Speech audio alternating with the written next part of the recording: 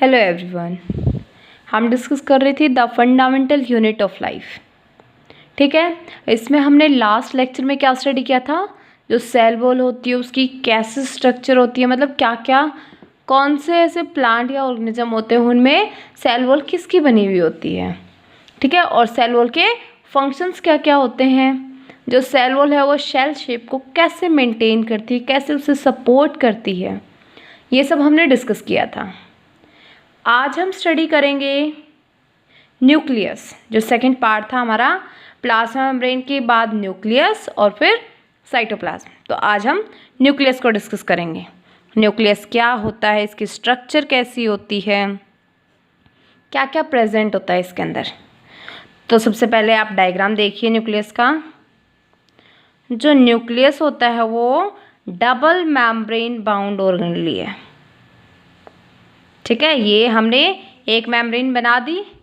हमने इस मेम्ब्रेन के बीच में ये यहाँ पे स्पेस क्यों छोड़ा है, ये भी आपको बताया जाएगा। क्या काम ने, डबल मेम्ब्रेन बाउंड ऑर्गेनेली का।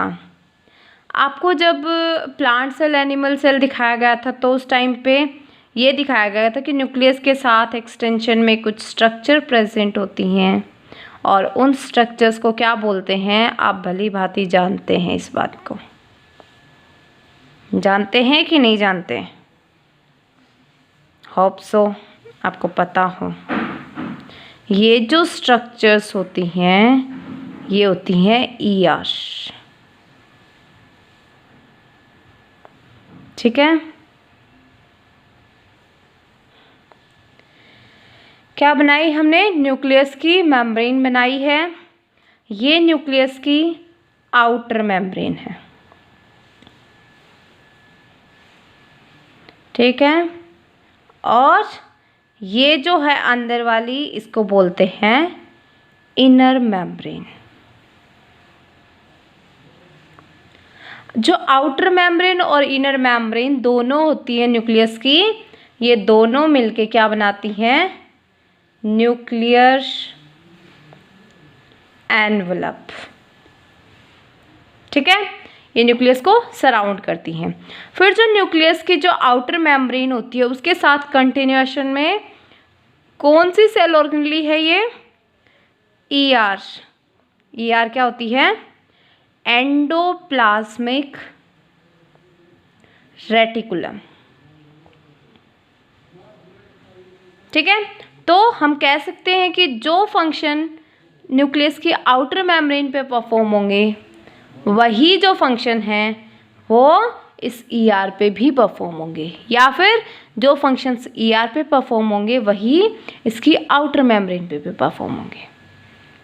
ठीक है, ये हमने आउटर एनवेलप किसकी बात की। फिर हमने कहा कि ये हमने पोर टाइप स्ट्रक्चर छोड़ी है, इसको क्या बोलते हैं, पोर तो दिख ही रहा है, ये पोर है, और किसकी मेम्ब्रेन के बीच में पोर है, न्यूक्लियस की। इसकी वजह से इसको बोलते हैं न्यूक्लियर पोर। इसके अलावा न्यूक्लियस में और क्या होता है, कुछ थ्रेड लाइक स्ट्रक्चर्स होती है जो कि कोइल्ड होती हैं राउंड ईच अदर। इस थ्रेड लाइक स्ट्रक्चर को बोलते हैं क्रोमेटिन। और यहाँ पे एक और स्ट्रक्चर होती है जिसको क्या बोलते हैं, न्यूक्लियोलस। ठीक है, तो ये होती है न्यूक्लियस की structure. Outer membrane, inner membrane दोनों कंबाइन होकर क्या बनाती है, न्यूक्लियर एनवलप, न्यूक्लियर की बाउंड्री। और इसके अंदर और क्या क्या प्रेजेंट होता है, क्रोमेटिन प्रेजेंट होता है, न्यूक्लियोलस प्रेजेंट होती है। ठीक है, बीच में जो पोर होता है मेम्ब्रेन के उसको न्यूक्लियर पोर बोलते हैं। और न्यूक्लियस की आउटर मेम्ब्रेन की कंटिन्यूएशन में होती है ईआर, एंडोप्लाज्मिक रेटिकुलम। तो अगर हम इसकी स्टडी करना शुरू करें तो अगर आपको याद हो फर्स्ट लेक्चर में न्यूक्लियस की डिस्कवरी पढ़ी थी हमने। किसने डिस्कवर किया था न्यूक्लियस को, यू हैव एनी आइडिया, भूल गए हम तो, इतने लेक्चर हो गए, वो थोड़ी ना याद रहता है। जो रॉबर्ट ब्राउन था उन्होंने न्यूक्लियस की डिस्कवरी की थी। और उसके अलावा अगर याद हो ऑनियन पील पे रॉबर्ट हुक ने कुछ एक्सपेरिमेंट किया था ना, उससे कुछ सेल्स आई थी। हमने ऐसे कुछ बॉक्स बना के उन सेल्स को दिखाया था, ऐसे ऐसे करके, है ना। तो क्या कह रहा है कि कोई भी सेल है, ठीक है, ये ऑनियन पील ले लो, या फिर क्या करते हैं, जैसे ऑनियन पील पे हमने आयोडीन सॉल्यूशन डाला था ना, तो उस आयोडीन की जगह हम और भी सॉल्यूशन डाल सकते हैं। कौन कौन सा सॉल्यूशन डाल सकते हैं? इसको स्टेन करने के लिए या तो आयोडीन सॉल्यूशन डाल सकते हैं, इसके अलावा एक और सॉल्यूशन होता है जिसका नाम होता है सैफ्रेनिन सॉल्यूशन, या फिर एक और सॉल्यूशन होता है जिसका नाम है मिथाइलिन ब्लू। इनमें से जो भी सॉल्यूशन आपके लैब में अवेलेबल हो, आप इनकी स्टेनिंग के लिए इसको यूज़ कर सकते हैं, ठीक है। ऑनियन पील की अगर बात ना करें तो आप एक काम कर सकते हैं, आपकी जो चीक की सेल्स होती है ना, जो आपकी चीक होती है, गाल होती है, उसके बाहर वाली सेल्स नहीं, चीक के अंदर वाली सेल्स, क्या करते हैं, एक टूथपिक लेते हैं, मतलब एक साइड से निब होती है उसकी, बिल्कुल पतली सी होती है, और दूसरी साइड से थोड़ी सही होती है। तो हम क्या करते हैं, उसको अपने चिक के अंदर की साइड रब करते हैं। जैसे ही उसको रब करेंगे तो कुछ ना कुछ सेल्स आ जाती हैं उसके ऊपर। फिर उन सेल्स को हम क्या करते हैं, स्लाइड के ऊपर रखते हैं और इनसे स्टेन कर लेते हैं, तो वो सेल्स दिख जाएंगी, तो वो भी ऐसी ही दिखेंगी सेल्स। तो जब हम इसको देखते हैं, जब कोई भी सेल हमें दिखेगी तो उसमें एक डार्क कलर की स्ट्रक्चर दिखाई देती है। उसी डार्क कलर की स्ट्रक्चर को हम पढ़ रहे हैं, जो कि क्या है, न्यूक्लियस है, ठीक है, समझ आया। तो हमने कहा कि जो न्यूक्लियस की जो न्यूक्लियर मेम्ब्रेन है, वो न्यूक्लियस की जो न्यूक्लियर मेम्ब्रेन है वो क्या करती है, जिसको हमने कंबाइन करके क्या बोला है, न्यूक्लियर एनवेलप। न्यूक्लियर एनवेलप का फंक्शन क्या होता है, ये क्या करती है, यहाँ न्यूक्लियस के अंदर कुछ मटेरियल प्रेजेंट होता है जिसको क्या बोलते हैं, न्यूक्लियोप्लाज्म। और पता है न्यूक्लियस और जो प्लाज्मा मेम्ब्रेन होती है उसके बीच में क्या प्रेजेंट होता है, साइटोप्लाज्म। तो जो न्यूक्लियर एनवेलप है वो क्या करता है, न्यूक्लियोप्लाज्म और साइटोप्लाज्म इन दोनों को सेपरेट करने का काम करता है, सेपरेशन का, ठीक है। इसके अलावा जो ये न्यूक्लियर पोर है, न्यूक्लियर पोर का क्या काम होता है, कोई भी मटेरियल मान लो कि सेल के न्यूक्लियस के अंदर सिंथेसाइज हुआ है, या फिर कोई भी मटेरियल यहाँ साइटोप्लाज्म में सिंथेसाइज हुआ है, तो जो चीज़ साइटोप्लाज्म में सिंथेसाइज हुई है, अगर उसका काम यहाँ न्यूक्लियस में है तो इसको न्यूक्लियस के अंदर पहुँचाने का काम करता है, यहाँ से जाएगा। और अगर कोई चीज़ यहाँ पे सिंथेसाइज हुई है और उसका बाहर काम है तो उसको बाहर ट्रांसपोर्ट करने का काम कौन करता है, न्यूक्लियर पोर, इसी के थ्रू होता है ये। और कहीं से मेम्ब्रेन तोड़ के तो भागेगा नहीं। तो हम क्या कह सकते हैं, जैसे हमारे देश में कोई चीज़ बनी है, उस चीज़ की रिक्वायरमेंट किसी दूसरे देश को है, ठीक है, तो क्या होगा कि कोई ना कोई ट्रांसपोर्ट व्हीकल होगा जिसके थ्रू उसे ट्रांसपोर्ट किया जाएगा। ये तो है नहीं अपने आप उड़ के चली जाएगी भाई। तो ऐसे ही क्या होता है कि जो साइटोप्लाज्म में सिंथेसाइज होता है मैटर, जिसकी यहाँ न्यूक्लियस के अंदर रिक्वायरमेंट होती है, उसको यहाँ ले जाया जाता है, और जो भी न्यूक्लियस में सिंथेसाइज होता है जिसकी बाहर रिक्वायरमेंट होती है उसको बाहर ले जाया जाता है। तो ये न्यूक्लियर पोर होता है, इसमें काम होता है। उसके अलावा हमने न्यूक्लियस में दो चीज़ें और देखी, कौन कौन सी चीज़ें थी, क्रोमेटिन है और न्यूक्लियोलस है। पहले हम न्यूक्लियोलस की बात करते हैं, ठीक है। जो न्यूक्लियोलस होती है, उस न्यूक्लियोलस के अंदर क्या क्या प्रेजेंट होता है, आपको पता है, न्यूक्लिक एसिड नाम सुना है कभी, न्यूक्लिक एसिड्स दो टाइप के होते हैं nucleic acids, DNA and RNA. ये तो सुना होगा कि वायरसेस जो होते हैं उनके अंदर आरएनए जेनेटिक मटेरियल होता है और हमारे अंदर डीएनए होता है, ठीक है। मोस्टली आरएनए के अंदर ही आरएनए, मतलब जो वायरसेस होते हैं उनके अंदर ही आरएनए मिलता है। बहुत रेयर चांसेस ऐसे होते हैं कि वायरसेस के अंदर डीएनए मिलता है। तो क्या होता है कि जो न्यूक्लियोलस होती है, आरएनए होता है राइबोन्यूक्लिक एसिड, राइबोन्यूक्लिक एसिड, और डीएनए होता है डीऑक्सी राइबोन्यूक्लिक एसिड।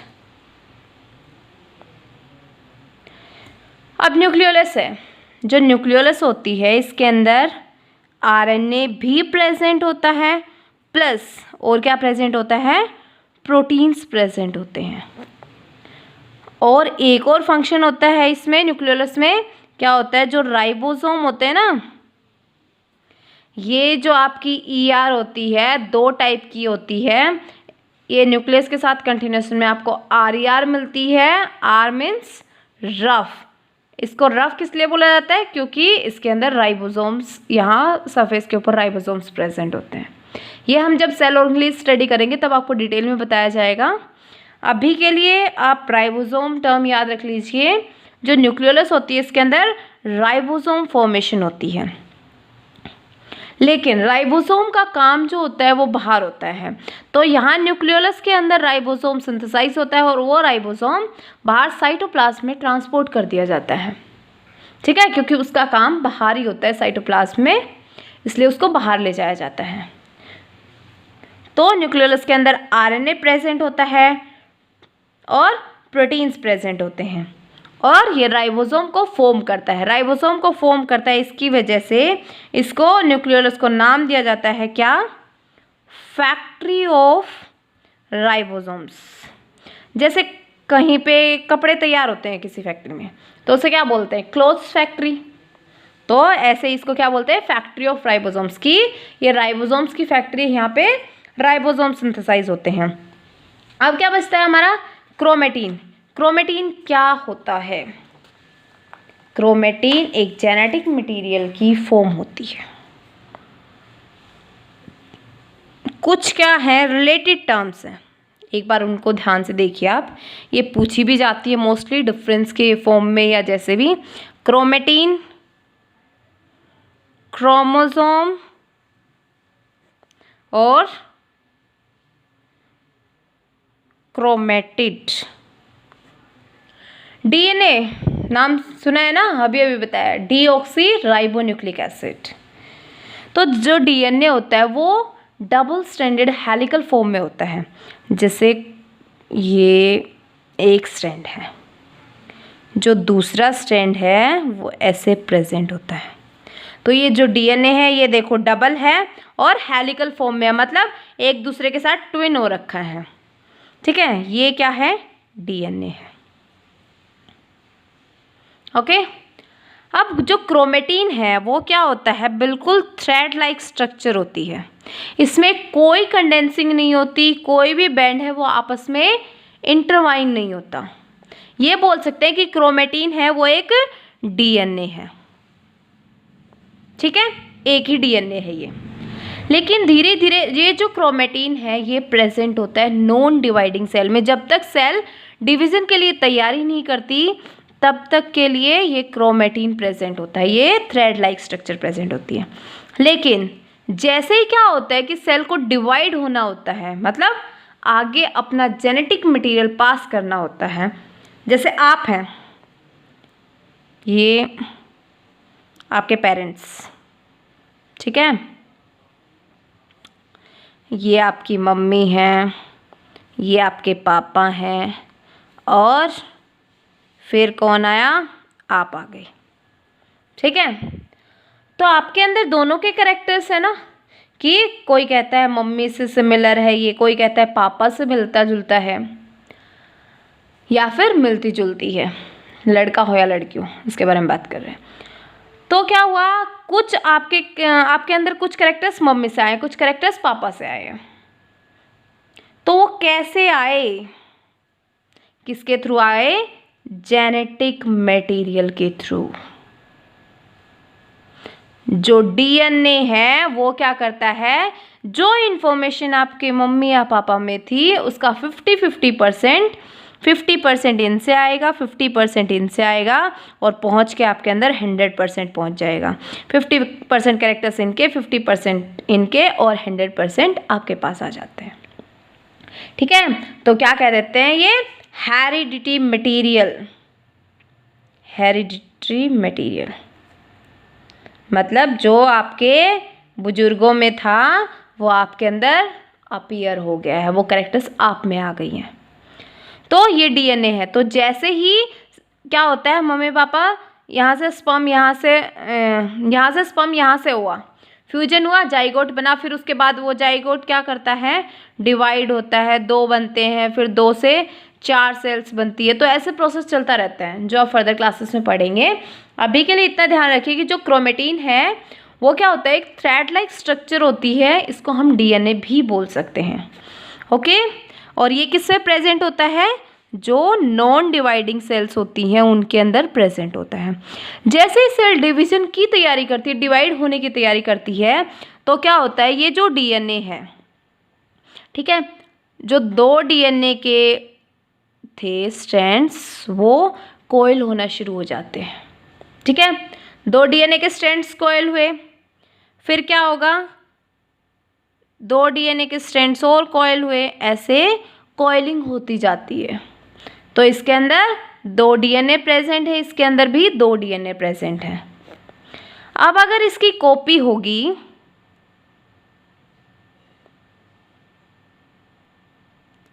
तो क्या होगा, कुछ ऐसी स्ट्रक्चर बनेगी। ठीक है, इस स्ट्रक्चर को हम क्या बोलते हैं, क्रोमोसोम। ठीक है, क्रोमोसोम क्या है, कंडेंस्ड फॉर्म ऑफ क्रोमेटिन। अब ये क्रोमेटिन है, ये कंडेंस कैसे हुआ, कैसे ऐसे बन गया ये, तो देखिए कैसे कंडेंस होता है। जो इसमें सिर्फ डीएनए था, और इस क्रोमोसोम के अंदर क्या आ जाता है, डीएनए प्लस प्रोटीन्स। प्रोटीन्स का नाम याद रखिए आप, शॉर्ट क्वेश्चंस में पूछे जा सकते हैं, हिस्टोन प्रोटीन्स। कौन से प्रोटीन होते हैं, हिस्टोन प्रोटीन्स। तो आप एक काम कीजिए, एक थ्रेड लीजिए अच्छी खासी लंबी, और बीच में मान लो हमने ये पेन रख लिया, हम क्या करेंगे, उस थ्रेड को इसके ऊपर से लपेटते जाएंगे। ऐसे ही आपने आगे कंटिन्यूशन में दूसरा पेन लगा लिया, उसके ऊपर भी आप उसको वाइंड अप करते जाएंगे। तो ये जो हमने पेन बीच में लगाया है, इस पेन को हम क्या बोलेंगे, प्रोटीन। इस प्रोटीन के बाहर से कौन रैप हो रहा है, जो रस्सी है उसको क्या बोलेंगे हम, डीएनए। तो ये जो प्रोटीन होता है ये बीच में होता है, और ये जो डीएनए होता है ये इसके बाहर से रैप होके ऐसे कंबाइन हो जाता है। ठीक है, ये प्रोटीन है, इसके बाहर से ये डीएनए रैप हो गया, तो ऐसे चलता जाता है, इस वे में ये रैप हो जाता है, इकट्ठा हो जाता है, कंडेंस फॉर्म बन जाती है। तो इसको हमने क्या बोला, क्रोमोसोम। अब जो क्रोमोसोम है वो किससे बना है, एक 2 जो डीएनए ट्विन हुए थे एक दूसरे के साथ, उनकी कॉपीज क्रिएट हुई, उससे क्रोमोसोम बन गया। तो ये जो एक स्ट्रैंड है इसमें, ये ले सकते हैं हम, जैसे ये 2 डीएनए ट्विन हुए थे, तो इसको अलग अलग को एक क्रोमेटिड, ये हो गया एक क्रोमेटिड, और ये दूसरा क्रोमेटिड हो गया। ठीक है, दोनों डिफरेंट क्रोमेटिड्स हैं। ओके, आपको डिफरेंस समझ में आया, क्या क्या होता है, कि जो क्रोमेटिन होता है वो थ्रेड लाइक स्ट्रक्चर होती है, नॉन डिवाइडिंग सेल में होता है। जो क्रोमोसोम होते हैं वो जैसे ही सेल डिवीजन की तैयारी करती है, तो उसमें क्या होता है, जो डीएनए है वो कंडेंस फॉर्म में ट्विन कर जाता है एक दूसरे के साथ, फिर कॉपी क्रिएट करके यहाँ पे एक स्ट्रक्चर होती है, काइनेटोकोर, सेंट्रोमियर, जो हाई क्लासेस में पढ़ेंगे, अभी आपके काम के नहीं है। बस इतना समझ लीजिए कि ये क्रोमोसोम है, क्रोमेटिन के अंदर सिर्फ डीएनए था, और क्रोमोसोम के पास डीएनए और प्रोटीन दोनों चीज़ें हैं। ठीक है, प्रोटीन्स जो हैं वो हिस्टोन है, और जो क्रोमेटिड है वो क्या है, ये जो क्रोमोसोम है इसकी एक आर्म ये वाली ले लो, चाहे ये वाली ले लो। ठीक, तो इसको क्या बोला, या फिर ये अगर आपने ऐसे अरेंज किया है तो ये वाली एक हो गई क्रोमेटिड, और ये दूसरी क्रोमेटिड हो गई। ठीक है, तो ये क्रोमेटिड्स होती हैं। ठीक है, तो ये हमने देखा कि जो क्रोमोसोम्स, क्रोमेटिन, लेकिन जो न्यूक्लियस है यहाँ पे हमने नॉन डिवाइडिंग सेल का न्यूक्लियस लिया है, तो उसके अंदर क्रोमेटिन ही प्रेजेंट है। तो ये एक जेनेटिक मटेरियल है, और ये इंफॉर्मेशन को ट्रांसमिट करता है, एक जनरेशन से दूसरी जनरेशन में ट्रांसफ़र कर देता है इंफॉर्मेशन को। ठीक है, तो आगे की जनरेशन में भी वही इंफॉर्मेशन पास ऑन हो जाती है। तो जो न्यूक्लियस है इसके फंक्शंस क्या क्या हुए, न्यूक्लियस के फंक्शंस, फर्स्ट जो न्यूक्लियस है वो क्या करता है, जो मेटाबॉलिक एक्टिविटीज़ होती हैं उनको रेगुलेट करता है। ठीक है, मेटाबॉलिक एक्टिविटीज़ को रेगुलेट करता है सेल की। सेकंड क्या होता है, ये जो न्यूक्लियस है ये सेल साइकिल को रेगुलेट करता है। सेल साइकिल क्या होता है, एक तरह से सेल डिवीजन होता है। जैसे हमने कहा कि डिवाइडिंग सेल में क्या होता है, क्रोमोसोम होता है, और नॉन डिवाइडिंग सेल में क्रोमेटिन होता है। तो ये क्या करता है, सेल साइकिल को भी रेगुलेट करता है। और जेनेटिक मटेरियल प्रेजेंट होता है इसके अंदर, डीएनए, आरएनए वगैरह। तो क्या काम होता है इसका, इंफॉर्मेशन ट्रांसफर का, जिसको हम क्या बोल सकते हैं, ट्रांसमिशन ऑफ हेरिडिटरी ट्रेट्स। ठीक है, जो भी इंफॉर्मेशन आपके पेरेंट्स में है वो आप में ट्रांसफर की जाती है। ठीक है, तो ये हमने स्टडी किया न्यूक्लियस। न्यूक्लियस में क्या क्या प्रेजेंट था, न्यूक्लियोलस और क्रोमेटिन। हमने देखा कि न्यूक्लियोलस में क्या क्या प्रेजेंट होता है। फिर हमने देखा क्रोमेटिन, क्रोमोसोम या क्रोमेटिड में क्या डिफरेंस होता है, किस बेसिस पे हम इनको डिफरेंशिएट करते हैं। ठीक है, होप सो आपको समझ आ गया हो। फर्दर हम नेक्स्ट लेक्चर में साइटोप्लाज्म को डिस्कस करेंगे, जिसके अंदर बहुत सारे सेल ऑर्गेनेल्स डिटेल में डिस्कस की जाएंगे। Okay, thank you so much, be safe and be happy.